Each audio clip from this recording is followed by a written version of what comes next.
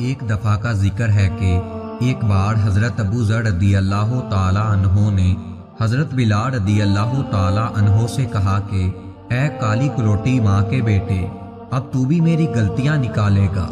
حضرت بلال رضی اللہ تعالی عنہ یہ سن کر غصے اور افسوس سے بے قرار ہو کر یہ کہتے ہوئے اٹھے، خدا کی قسم میں اسے ضرور بالضرور اللہ کے پیارے رسول صلی اللہ علیہ وآلہ وسلم کے سامنے پیش کروں گا۔ یہ سن کر اللہ کے رسول صلی اللہ علیہ وآلہ وسلم کے چہرے کا رنگ بدل گیا اور آپ صلی اللہ علیہ وآلہ وسلم نے ارشاد فرمایا، کیا تم نے اسے ماں کی آڑ دلائی؟ تمہارے اندر کی جہالت ابھی تک نہ گئی۔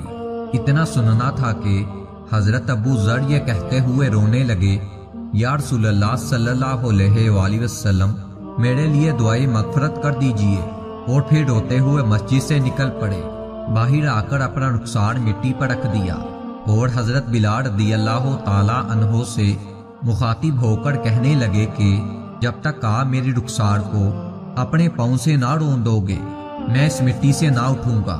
تم عزیز و محترم ہو اور میں ذلیل و خوار ہوں۔ یہ ماجرا دیکھ کر حضرت بلال رضی اللہ تعالی عنہ روتے ہوئے آئے اور ابو ذر رضی اللہ تعالی عنہ کے قریب ہو کر ان کے رخسار کو چوم لیا اور بے ساختہ کہا کہ اللہ تعالیٰ کی قسم میں ان رخسار کو کیسے رون سکتا ہوں جس نے ایک بار بھی خدا کو سجدہ کیا ہو۔ پھر دونوں کھڑے ہو کر ایک دوسرے سے گلے ملے اور بہت زیادہ روئے، اور آج ہم ایک دوسرے کی ہزاروں بار دل آزاری کرتے ہیں مگر یہ کوئی نہیں کہتا کہ بھائی معاف کریں۔ یہ سچ ہے کہ ہم جیسے کئی لوگ آئے دن لوگوں کے جذبات کو چھلنی کر دیتے ہیں مگر معذرت کے الفاظ زبان سے ادا نہیں کرتے، یہاں تک کہ ان کو زبان پر لاتے بھی نہیں۔ کسی سے معافی مانگنا ایک عمدہ ثقافت اور بہترین اخلاق ہے، لیکن کئی لوگ سمجھتے ہیں کہ اگر ہم کسی سے معافی مانگ لیں گے تو اس میں ہماری بے عزتی ہے۔